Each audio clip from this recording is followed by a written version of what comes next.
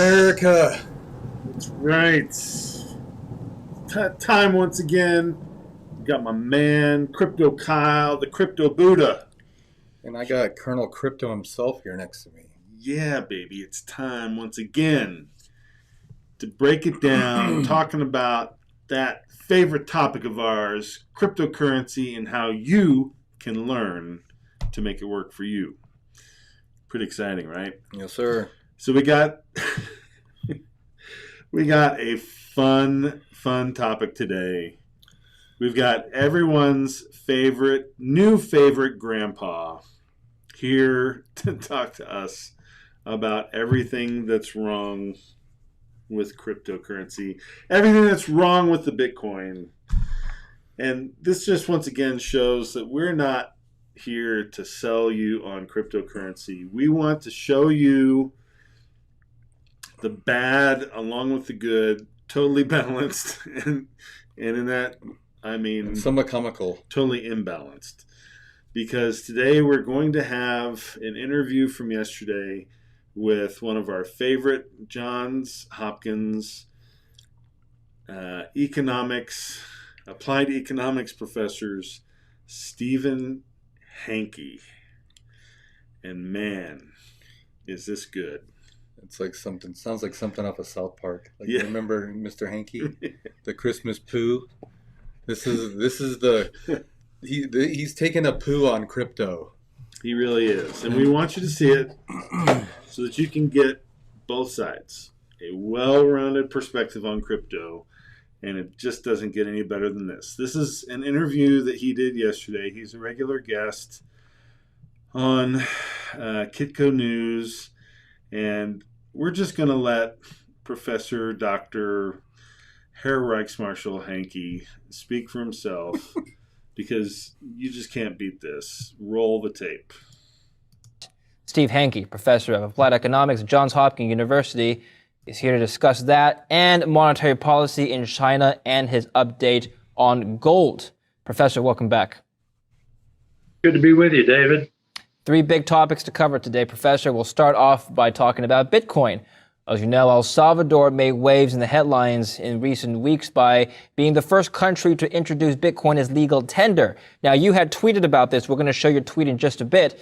But first, how would you interpret the news? You and I have spoken about Bitcoin before, and you had said that Bitcoin is not a currency. And you've listed many reasons as to why. You've listed many definitions of currencies, all of which Bitcoin has failed to meet. Does this news change your perception of Bitcoin as a currency at all? It doesn't change my perception at all of Bitcoin.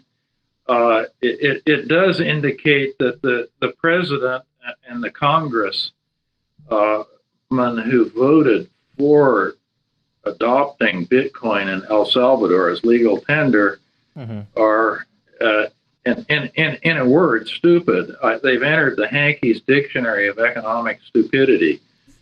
And the reason for that is El Salvador is one of the three Latin American countries that is officially dollarized. In other words, Panama, Ecuador, and El Salvador are the three, and they don't have a local currency. They use the U.S. dollar. So they use the premier international currency in the world right now. So now they're adding on legal tender status for Bitcoin. And the reason for this is dark forces clearly are behind this, and that is the criminal element. Whoa. What did he just say? Whoa. Stand by. We got some dark forces at work here. Yeah. I'm feeling creepy now, man. There's dark forces at work here? Okay. Whew. I'm starting to shake a little, Kyle, man. I'm getting creeped out here. I don't know if it's because the air conditioning in here or if I'm just scared. I don't know what's going on, but... That's right, ladies and gentlemen. You heard it here first. Those people down in Latin America are just dumb. They're in... Mr. Hanke's Dictionary of Mr. stupid Hanke's things to do. Mr. Hanke's Big Buck of Stupid. Okay, so just to recap for you folks, Big Book of Stupid, because there's dark forces at work. That's the criminal element. Because these countries already have been blessed with the U.S. dollar as their currency. And now the criminal element has swept in and is interfering with that blessing that is the dollar. Now, if you haven't watched our last 2 videos ago, take a look at what's happened to the value of the dollar since 1913. Since 1913, the dollar has lost 2,000% of its buying value, of its buying power. So with 2,000% of its buying power lost, that's not criminal. No. The people that want to bring Bitcoin in as legal tender, they're the criminals. So, okay, let's just continue to follow along and let Professor Hankey get his digs in here. And the reason for that is that the criminal element wants to be able to get in and actually obtain real legal tender, greenbacks. They want greenbacks. And greenbacks are, in fact, the legal tender and money in El Salvador. So the reason this is so stupid is that the vulnerability now of El Salvador increases massively because they are dollarized. And what happens if everybody in Russia that is holding Bitcoin, or China, or you name it, Iran, want to cash out and obtain greenbacks that they actually can use to buy things? They will suck up all the dollars in El Salvador like a vacuum cleaner going through there, and the economy will collapse. So that's why it's so stupid. Okay, so you got that right. Bad guys in Russia and China and Iran have Bitcoin, and they want greenbacks, which is dollars. What's missing here? They can't get dollars in Russia or China or Iran with their Bitcoin. I don't know why they can't get dollars for their Bitcoin, even though there's exchanges worldwide that you can sell Bitcoin for dollars today, anytime you want, because everyone wants Bitcoin and they're publicly exchanged every day. But forget that. Let's just, for sake of argument, say that was true. Right.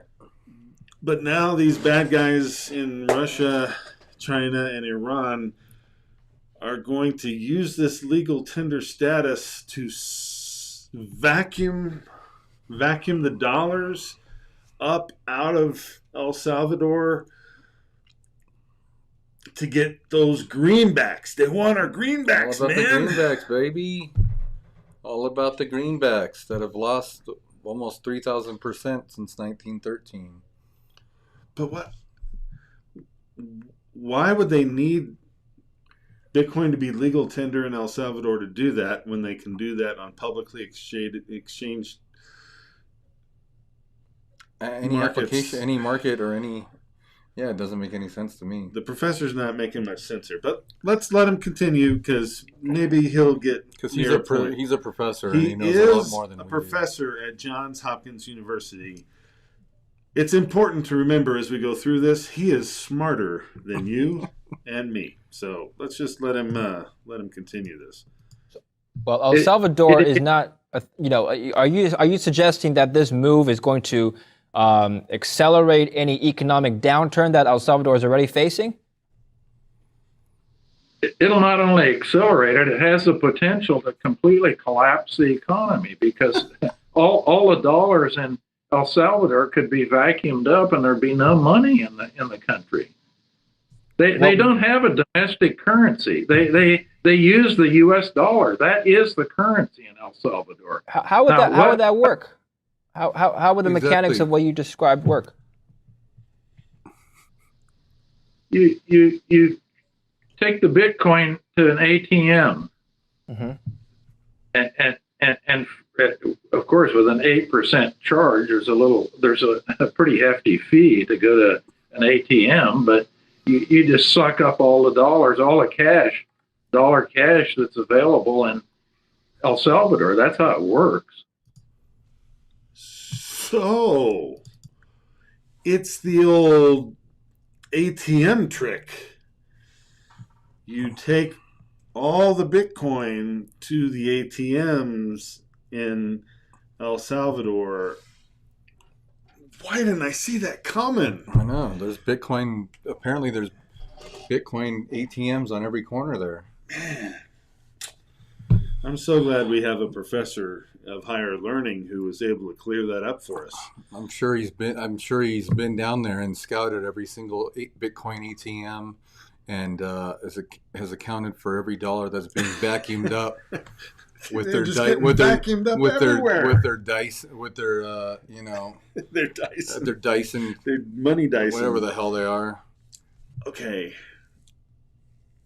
let me think about that for a second. So the Chinese, the Russians, and the Iranians need greenbacks, and they can't get them. They got a whole bunch of Bitcoin, and Bitcoin's gone up 9,000% in the last 7 years.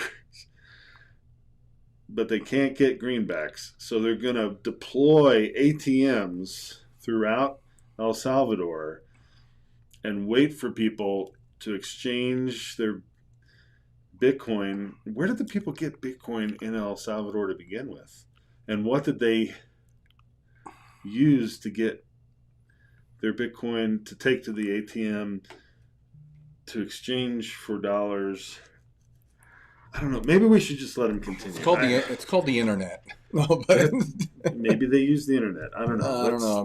I'm gonna throw a little something out there. It could be that, but take a look at our host's face here. I'm not sure he's buying this. No, I'm not sure he's buying this. His look is just like mine right now.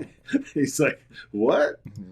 All the cash in El Salvador that's in dollars, which is the only cash they have, could be sucked up in a short matter of time. All right, let's elaborate on that for just a bit. And you actually made a tweet about this. You said El Salvador President Nayib Bukele claims it's cheaper to send remittances via Bitcoin to ELSL than by traditional alternatives. This is a big lie. To send $200 via Western Union, where MoneyGram costs 0 to 4%, to cash out Bitcoin at an ATM in ELSL, it costs 8% on average. Okay, well, I mean, isn't the whole point of sending remittances through with Bitcoin to reduce costs down to zero? Like to exchange. No. This is nonsensical. What you're getting into. If Grandma is down in El Salvador waiting for her remittances, and you want to send it with Bitcoin, that's fine. What'd she do? She has to go to the ATM to get dollars because that's the only way you can buy something. But that's the whole point of legalizing Bitcoin as legal tender, right? She can now go to the store and buy her groceries with Bitcoin, presumably. Lots of luck. You're on a different So you're saying planet. that won't happen? No. There's no way it's going to happen. Period. Bitcoin is not used in day-to-day transactions for all practical purposes. A tiny amount of transactions are actually used. So Grandma is going to have big problems. Right. Okay. But, Professor, it's not Grandma who has the big problem here. It's you. Because you're not realizing that El Salvador just signed a law saying that every single business has to take Bitcoin as legal tender from Grandma. So you're saying that Grandma can't use her Bitcoin at any store in El Salvador when the law in El Salvador says that every store in that country has to take grandma's Bitcoin. Don't forget the period. Period. Never happened. It's already happening, dude. It's already happening. But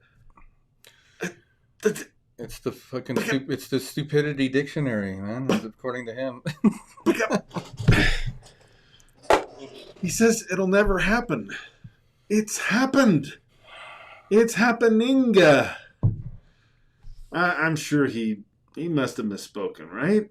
Didn't he misspeak? Let's let him continue. I mean, once again, look at our host's face. He's got that same look like, what? What?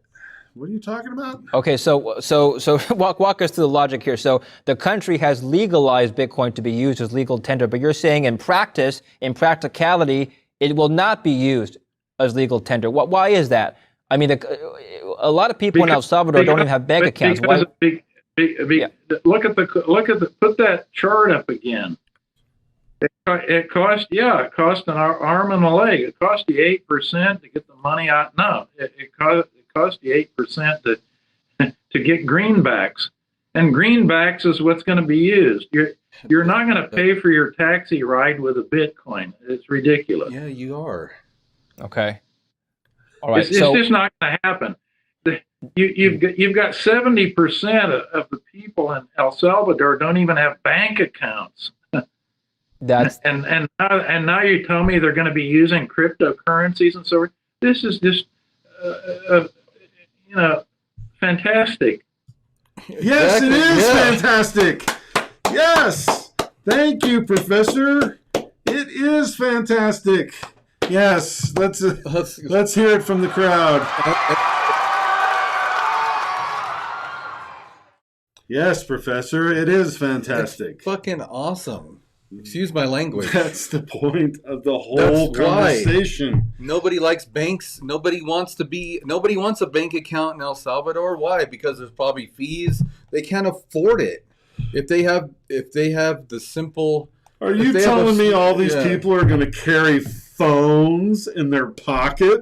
Yeah. Are you ridiculous? Not going to happen. Yeah. And what? They're going to make little programs and put it on their phones so they can make choices and stuff? Come on. What planet are you living on? And people are going to do things with those apps like order food and have it delivered to their houses? What, are you kidding me? That's ridiculous. That'll never happen. Yeah, 70% don't even have bank accounts. They don't even have bank accounts, these stupid people in Latin America. What are they going to do? Take a taxi cab ride and pay for it with their phone? Oh, how stupid. That's not how I got through Johns Hopkins. Yeah. Oh, my. I did it with my dictionary of stupidity right attached to my hip, and I'm like, a lot of hard work and bullshit my way through. What is this? What planet are you living on, dude? The world's #1 largest retail store owns no stores. Amazon.com. The world's largest transportation company owns no vehicles. Uber. How is that happening? In the past, 10 years ago, 20 years ago, we had certain models that shaped everyone's expectations, and that's how things worked. But this technology stuff completely changed the game in a very short amount of time. And yes, people are paying for taxi cab rides and food and pizza and delivery services and all kinds of stuff with their phones. And they're doing stuff with electronic currencies. Yeah. It's happening. I have paid for Uber rides with cryptocurrency before. Oh my. In fact, I did it years ago. It's unbelievable. But it's never going to happen. But it's never going to happen. What? What are you, crazy? I mean, this is insane. And then to sit there and laugh about it like the law has just been passed that these businesses, every business in this country, required. Yeah, is required to do it. And he's talking about it like it's some far-flung fantasy. And like we just invented the wheel or something. Yeah. What, where are you coming what from? What rock have you been living And you under? keep wanting to go back to this slide? This slide does not mean a dang thing. The ATM fees. Look at this guy interviewing. Look at the dude hat? interviewing him, for Christ's sake. He's like, if you don't want to listen to us, just look at the dude interviewing him. I mean, it's... Who cares about the ATM fee? The guy doesn't even know. He's stuttering a lot. He doesn't... He's like... It's almost like he got paid to do this or something. Like, I don't know who's paying this guy or whose payroll he's on or what, but Mr. Hankey needs to... Give up on the ATM fees, dude. He needs to go back and Do you think that other countries, maybe in Latin America or abroad, developing regions, could follow suit and take in El Salvador's model? Oh, they're already talking about this in Paraguay and even Panama. Paraguay isn't dollarized, but it's a haven for criminal activity, as everyone knows. Historically, it has been. Mm-hmm. So there are a lot of dark forces in Paraguay that are pushing the politicians to adopt Bitcoin as legal tender, and you got the same thing going on in Panama big time. They haven't done it yet, but they're the dark forces in Latin America and elsewhere are very busy, and they did con the president of El Salvador as well as over 60 congressmen and women to vote this thing through in El Salvador. You know, here he is talking about dark forces, but look real closely at what's right there below his left ear. The Q. A Q? Oh, really? My Lord. Really? You're going to talk to us about dark forces, Professor, while you're supporting a Q? There's no dark forces in the United States of America? Yes. Washington, D.C. has never had any criminal activity at all. Oh, yeah. No, perish the thought. American cities that use the dollar, why, they're pristine. It's not like we just had the Capitol overrun by rioters or anything like that. Sure as the wind-driven snow, good sir. Really. Our dollars, they simply move to and fro. Gosh. Legitimate businesses. To and fro. Tell them. You're crazy. This is insane. Nobody duped anybody into, and even if they did, nothing forces a particular currency to be good or bad. No dark force is. Yes. If it is a dark force this guy's talking about, then I'm guilty as charged. Sorry, bud. Like, I must be the worst thing to ever happen to this guy. Most of your paper bills have traces of cocaine on them, okay? So don't talk to me about dirty money. U.S. dollars are used for crime more than any other currency, okay? Heck, El Salvador has 99 problems, but a bit ain't one. I'm here to tell you that cryptocurrency is not the monetary choice of criminals. It is the U.S. dollar. And because it's not traceable, the transactions of U.S. dollars are totally off the books. You can move dollars via submarines, via boats, via airplanes, and whether you're talking the Cali cartel or the Medellin cartel or just small timers, they prefer small denominations of greenbacks. Greenbacks, man, they want our greenbacks.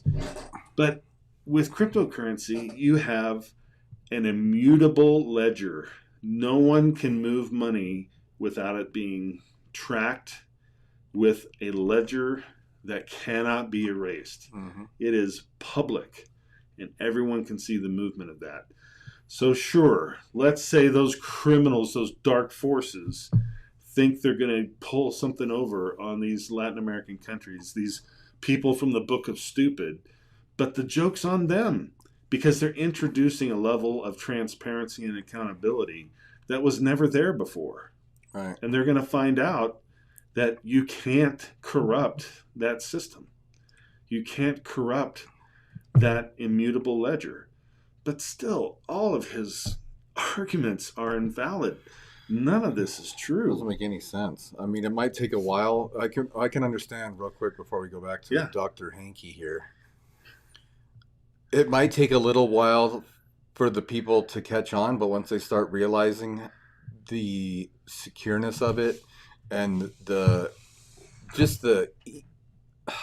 how easy it is to do it. I mean, you just got to put your phone up next to the reader and it can do it. You know, it's simple. It takes seconds. You don't have to open your wallet, count out your greenbacks and be like, here you go. You know, they're not going to get vacuumed out of your hand while you're trying to pay for something at the grocery store either by some Russian waiting for you there outside. Come on, dude. Talk about your money getting vacuumed. Try walking down the streets of San Salvador at midnight with, that $200 inside your wallet.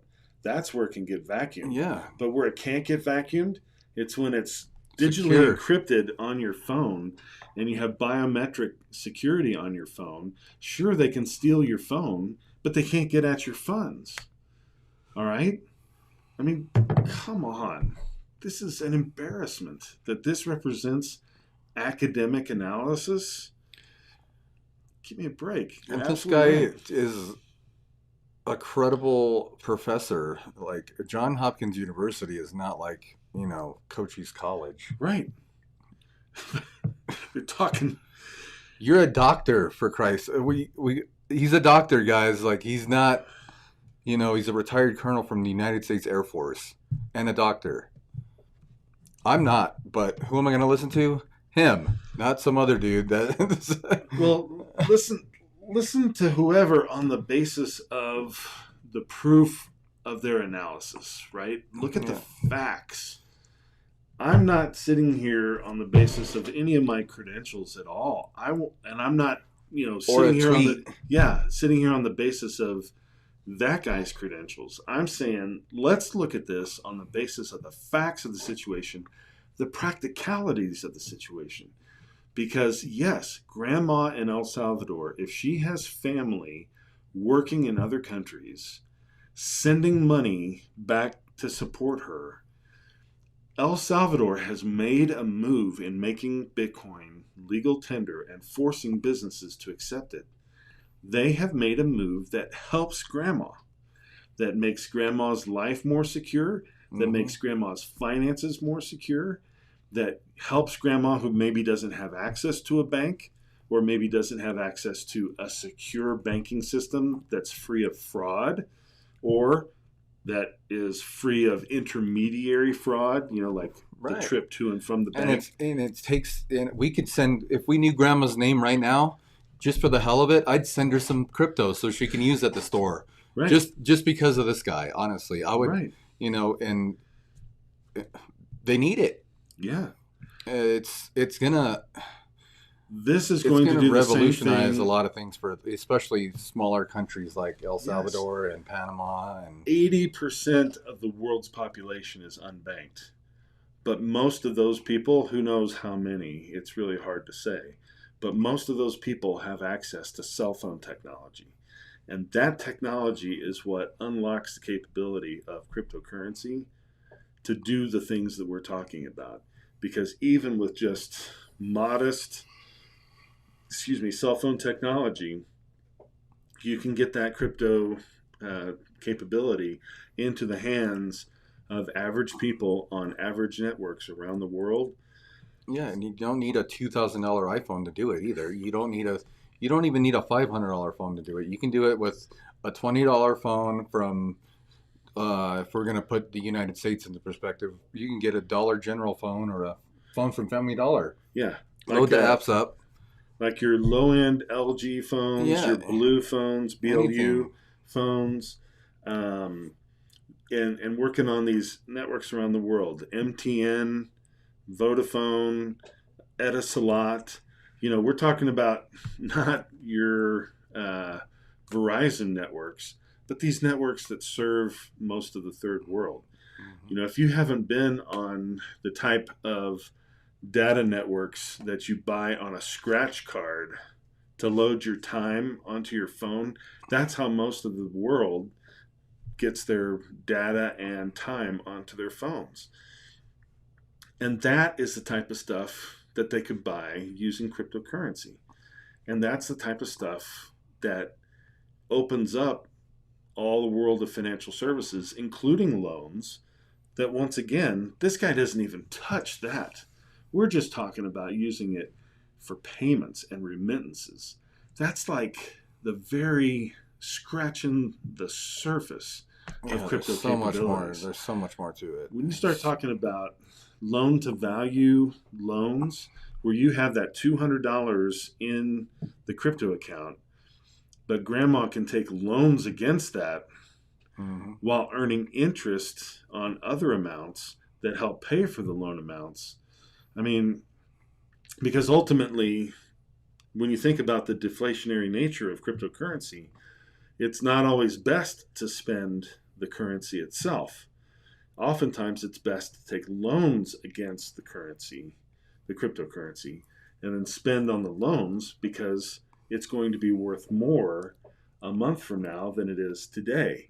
And so taking the loans, and that's something that we've talked about here, is how to develop plans so that you're able to take your cryptocurrency and get loans against it to spend while not touching the base of your cryptocurrency because of how the value grows.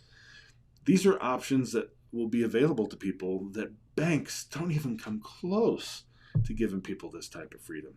And they'll be able to do it on their phone, and nobody cares what their ethnicity is.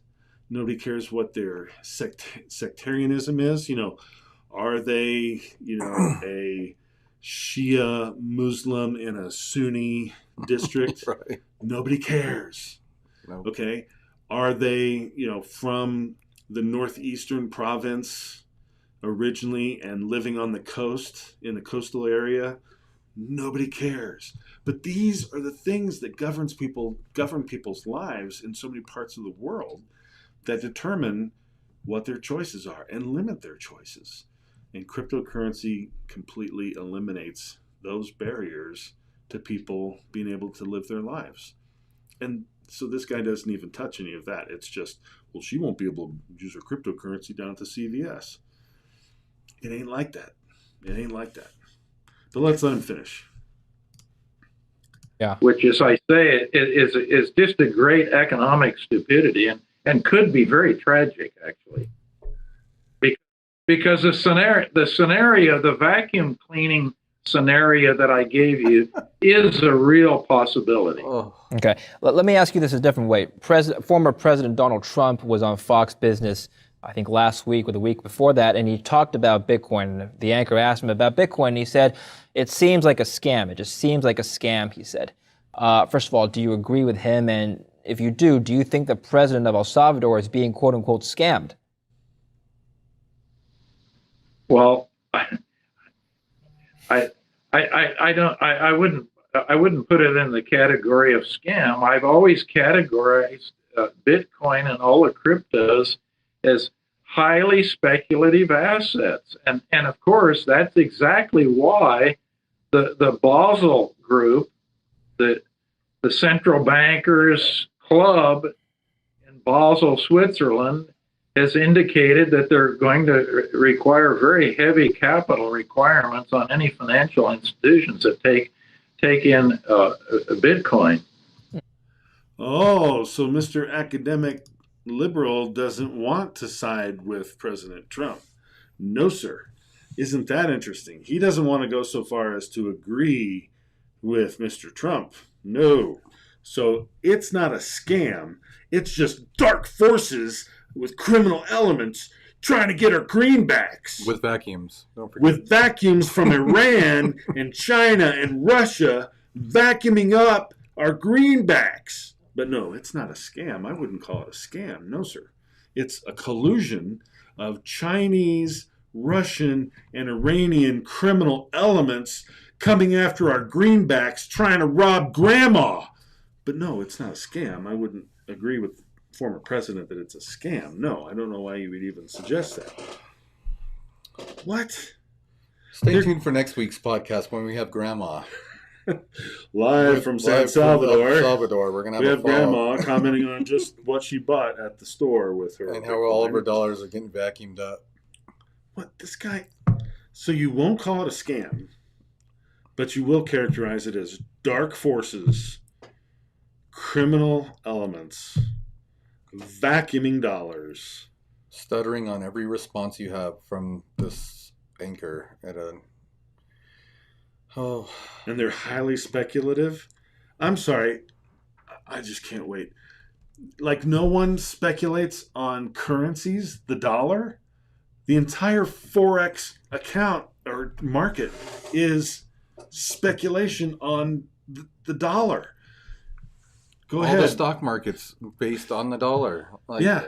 Let's listen to what our incredulous host says to him next. Because it's very risky. It's just a risky speculative asset. It is not a currency. It's a very risky speculative asset. So you can call it a scam if you want to. I wouldn't call it a scam. I'd just say it's a very speculative asset.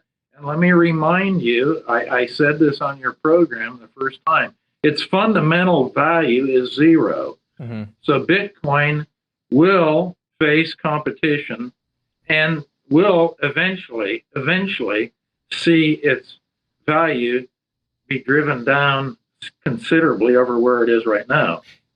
In theory, Professor, are speculative assets and currencies just mutually exclusive things? I mean, can something be both? Well, one could argue there's Forex traders speculating on the dollar, right? Right. I mean, you have speculators and hedgers in the currency market. Sure. Some of them are hedging and some are speculating.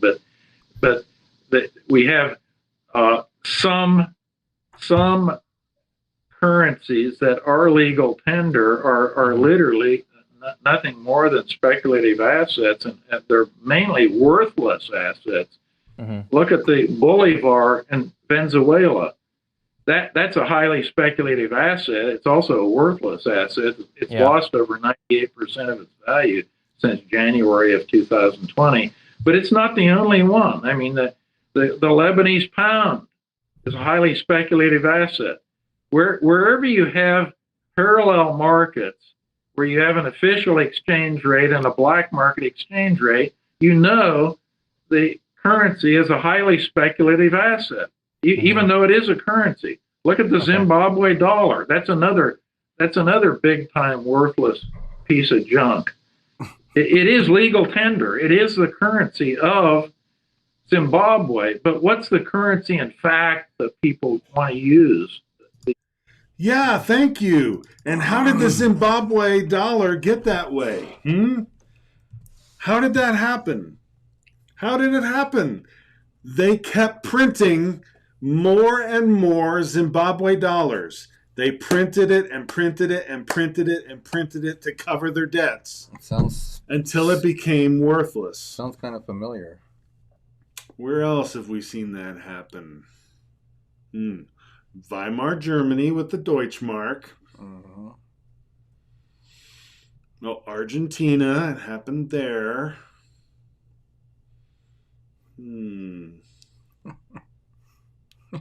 Yeah. I see you looking at it. Go ahead and say it. Do you see what this man is saying? He is exactly describing the situation with the dollar, but then calling us stupid. Yeah, and saying that he mentioned the hedges as well. Yeah. We just showed you was it Tuesday or last week? Yeah. How all these hedges, what are they buying? Bitcoin, cryptocurrencies. It's like, wait, say that again. I say that into my good ear. I forgot. No, yeah, but dude, you're making the case for us and against yourself. You just said these things, oh sure, they're legal tender, but they're highly speculative, highly risky. And then the guy says, yeah, but don't they do that with the dollar? Well, sure, yeah, but look at all these other ones, right? Well, yeah, but that's exactly what's happening to the dollar right now. Yeah, the stock market's risky, but he's not saying a damn thing about that. Yeah. That's weird. And the dollar has lost, we showed you how the dollar has lost 3% in a year. Just in a year. That's never happened before. 2,000% over the last, since 1913. It's picking up a lot in terms of its momentum towards losing its, devaluation is the word I'm looking for. Mm-hmm. And they're printing faster and faster. We are not going to see that slow down. And so the value is in jeopardy. And if you want to hedge against that, the only inherently deflationary asset class out there is cryptocurrency. The thing that he's warning against is precisely the step that countries like El Salvador is taking. Right. I just can't even imagine that this conversation is really happening right now. Is this conversation really happening right now? Unfortunately, it is. I didn't believe it when we were doing our homework before we went live, but I mean, this is real. This is a real thing, and his little shitbox dictionary is out there, right? And he's keeping it close to the hip. And I mean, what is he? Let's see what else. We got a couple minutes here left. Yeah. Let's see what U.S. dollar.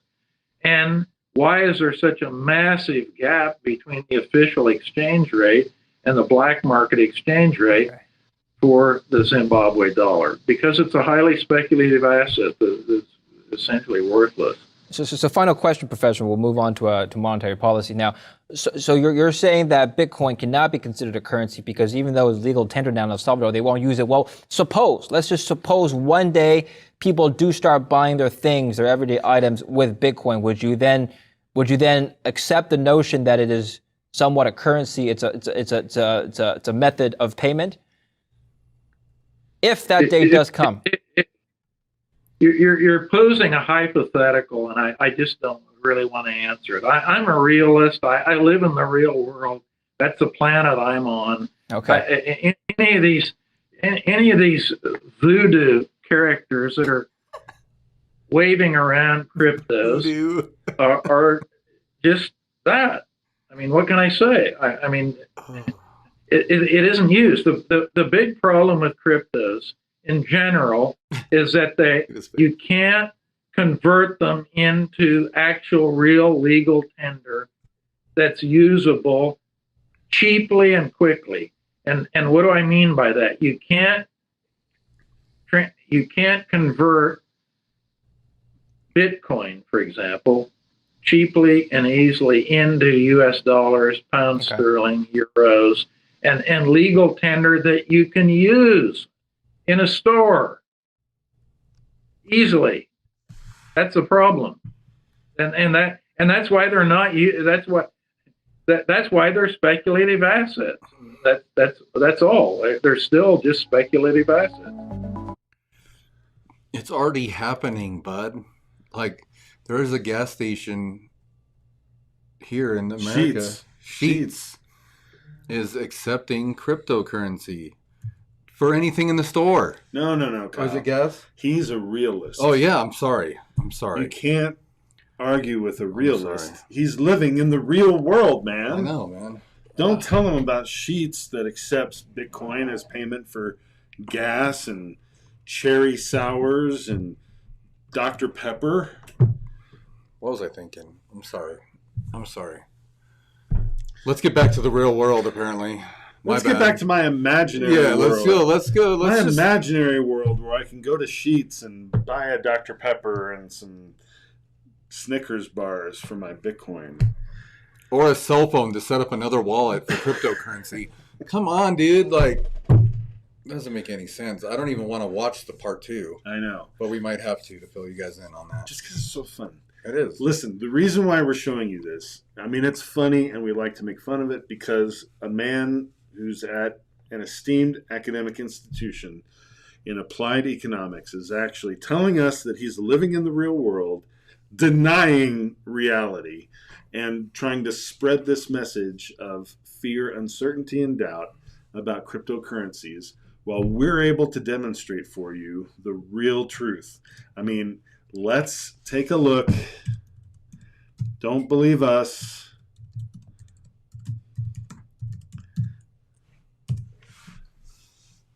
There it is.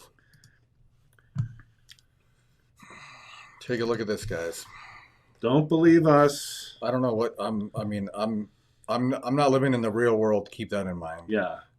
That was a joke, but this is not the real world. We invented this website to scam you and grandma, because when you go there will be Russian agents and Chinese agents and Iranian agents to vacuum up your dollar. No, wait. Your little Bitcoin, dust busters. Your dollars will go Somehow. up and your Bitcoin will. I don't know how it works. It's not a scam. It's speculate. No, I don't. This is in I don't get it. This is in Pennsylvania. This is right by where laws are like. This isn't too far from. Well, you know what? It's not too far from Johns Hopkins University, probably. How far is? It's close to Pennsylvania. I know that. It's on the East Coast. Here we go. Here's Johns Hopkins, okay, in Baltimore. Yep. Oh yeah, there's no crime over there, from what he was saying earlier. Okay, so we're gonna.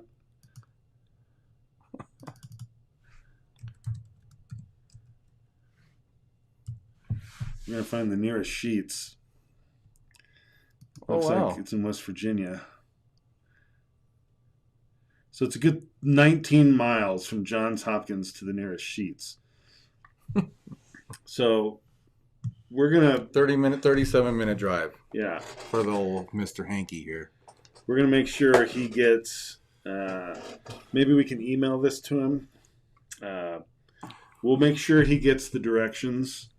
And we might even send him a little crypto so he can go get himself something to drink. We're going to make a remittance. It's a 37-minute drive. You know, he might need a little gas. We're going to send him a $250 remittance in Bitcoin so that he can take his grandma to Sheetz, pay for the gas, buy some Dr. Pepper, maybe a Snickers bar, and, take care of his business, use the men's room, and adjust his real world. Yeah, the other world that he's talking about is only 37 minutes away, 19 and a half miles. Yeah.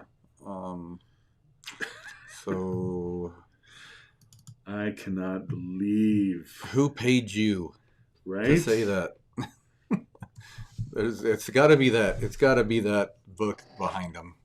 Right? The Q. Yeah. Don't. Damn it. You did it again. And Kathy brings up a good point. Can you bring up the quote here? Yeah. They're not ETMs, bud. They're BTMs. Get that right. There you go. That's Get important. it right. That's dropping some knowledge right there. It's not in his world, though, so he doesn't know that. Yeah, that's the fake world that Kathy's living in. Yeah, we're all living in the fake world, apparently. He needs to live in the real world, Kathy. He's not able to deal with that fake world stuff you're slinging. And once again, we're not here to tell you who to believe. We're not trying to tell you anything that would have anything to do with your finances. Nothing. Don't listen to. This is not financial advice. We're here for just to break things down, maybe to get you out of the real world you're living in.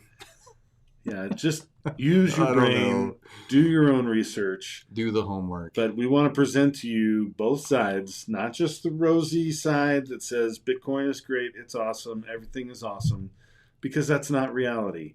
But you know what else is not reality? The Johns Hopkins applied economics professor stuff is not reality either. It's not. There is a truth to this, and we want to try to present that to you. And yes, there are transaction fees in cryptocurrency, okay? Different cryptocurrencies will have different transaction fees. Do I think Bitcoin is the best way to send remittances? Probably not. No. I think that Algorand and Stellar are probably the best ways to send cheap, fast payments because of their speed and their low transaction fees as opposed to Bitcoin.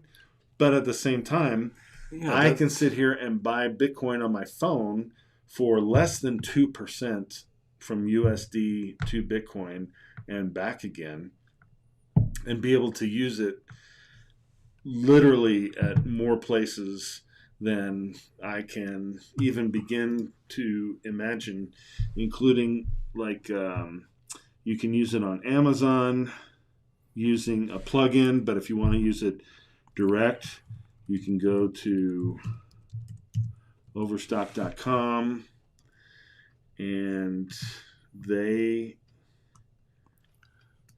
Keep in mind, this guy's just touching on the bare minimum. It's so much. There's so much more to it. I don't even know the extent of what this. He's just talking about simple fees off a tweet he sent. So while we're looking this up, it just doesn't make. It just looks like this guy really didn't do his homework to me. I mean, he can pull. I'm sure he has a smartphone. I'm sure he can look it up and just. He has access to everything we're doing. We're just pulling simple stuff off the internet here. We're not, you know, I don't have a PhD in cryptocurrency by any means. You don't need one. That's the great thing about it, though. That's the great thing about it, though. It's not a, you have fees through banks as well. Like there's. Yeah. Try getting a credit card. Try getting a Visa card and see what kind of transaction fees you have there. Like he said, sending money via Western Union, have fun with that. Mm-hmm. So, yeah, overstock.com. Hello. There we go. I mean, come on. You can use PayPal, Bitcoin, or credit. Tell me that you can't buy stuff. Or other. You can use Ethereum. I see Ethereum down there. I don't know the other logos, but I see the Ethereum logo down there as well. Digibyte. The second one is Digibyte. Okay. There's Litecoin. Then XEM. Yeah. Litecoin and Monero. Monero, yeah. Mm-hmm. Don't tell me, Mr. Hankey, that you can't buy stuff. Mr. Hankey, I can't get enough of that. Every time I think, howdy ho, pull him up. I'm gonna have to make some memes about this guy for real. You're not living in reality. You're just not living in reality, and then preaching at us about reality to boot. The real world. Come on, this is just ridiculous. So, all that to say, we want to bring you guys the truth, let you know what's being said out there about this. That is so typical of the academic mainline message, and it needs to be crushed because it's not good for people. It is not good for grandma. It is not good for you and me. It's just not good for anybody. And it's not good for academics either. It's time for academics to learn the truth about reality and then make decisions about what research needs to be done and what needs to be taught. I mean, can you imagine taking a class from that guy? It's just embarrassing. So, bottom line, do your own research. Don't believe anything because we say it. Look it up, check us out, and when we're wrong, make comments. Call us out. Put comments in here, and when we're wrong, we'll say we're wrong, and we will learn, and we'll all be better for it. Smash that subscribe button. Hit that like button. Let us know what you think. Let's talk more about it. And as always, we hope that you guys are learning because we're learning too, and we want to share with you. Have a good weekend. Yes, sir. Have a good weekend, everybody. Thanks, you guys. Peace out. See you next week.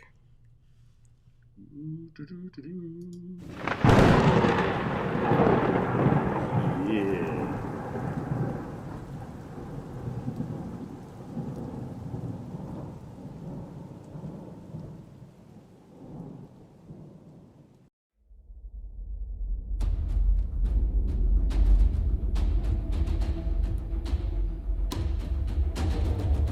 Cleaning up the grass. Oh yeah. Pew pew pew pew pew. Pew pew pew. That was a horrible shot. Pew pew. Yeah, well, Ricochet. Ricochet. Pew pew pew pew pew pew pew pew pew. Bang bang.